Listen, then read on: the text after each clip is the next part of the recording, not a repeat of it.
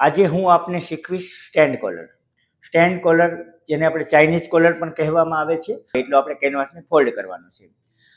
ત્યાર પછી નીચેની સાઈડથી અંદાજિત આપણે 2 ઇંચ જેટલી જગ્યા છોડવાની છે. ફિક્સ નથી હોતું, 2 ઇંચ પણ હોઈ શકે, 1.5 ઇંચ પણ રાખી શકાય, તો ફિક્સ નથી. 2 ઇંચ જેટલી અંદાજિત જગ્યા છોડીને એક લાઇનિંગ કરવાની છે. ત્યાર પછી તેના ઉપર 1.25નું માપ લેવાનું છે, જે 1.25 ઇંચ પણ લઈ શકાય, 1.5 ઇંચ પણ લઈ શકાય, 1 ઇંચ પણ લઈ શકાય. કોલરની પહોળાઈ જેટલી આપણે કરવી છે તેના પ્રમાણે આપણે તે માપ લેવાનું છે અને ત્યાં એક લાઇનિંગ કરવાની છે.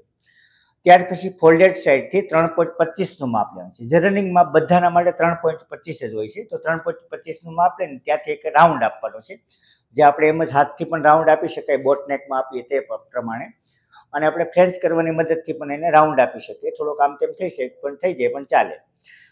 ત્યાર પછી કોલરનું માપ એક્ઝામ્પલ આપણી પાસે 16 ઇંચનું છે. તો કોલરનું જેટલું માપ છે તેના ભાંગ્યા 2 કરવાના છે. કોલરનું માપના ભાંગ્યા 2 કરી જે માપ આવે, મતલબ 8 ઇંચ આવ્યું છે, તેને આપણે મેઝરમાં 8 ઇંચ ક્યાં છે, તો 8 ઇંચને આપણે ફોલ્ડેડ સાઈડ મૂકવાનું છે. જે ફોલ્ડ કરેલો ભાગ છે ત્યાં 8 ઇંચ મૂકીને આવી રીતે રાઉન્ડમાં માપ લેવાનું છે. જ્યાં માપ આવે છે ત્યાં આપણું માપ મળી ગયું કોલરનું. ત્યાંથી આપણે ક્રોસ લીટો, ત્રાંસો લીટો કરવાની છે, લાઇનિંગ કરવાની છે, અને એના ઉપર આપણે જો કોલરનું માપ 1.25 ઇંચ લીધેલું હોય તો 1.25 ઇંચ લેવાનું છે, જો 1.5 લીધું 1.5, અને 1 લીધું હોય તો 1 ઇંચનું એક સર્કલમાં માપ લેવાનું છે, રાઉન્ડમાં, જેથી કોલરની પહોળાઈ એક સરખી રહે. હવે માપ લીધા પછી તેને આપણે મેળવી લેવાનું છે, રાઉન્ડ એક પરફેક્ટ રાઉન્ડ આપી દેવાનો છે. હવે અંદરનો ખૂણો આવે, જે અહીંયા અંદરનો ખૂણો છે ત્યાં આપણે રાઉન્ડ પણ આપી શકાય અને સ્ક્વેર પણ રાખી શકાય. જો રાઉન્ડ વિડીયો ગમ્યો હોય તો લાઇક કરજો, શેર કરજો અને ચેનલને સબસ્ક્રાઈબ કરી લેજો.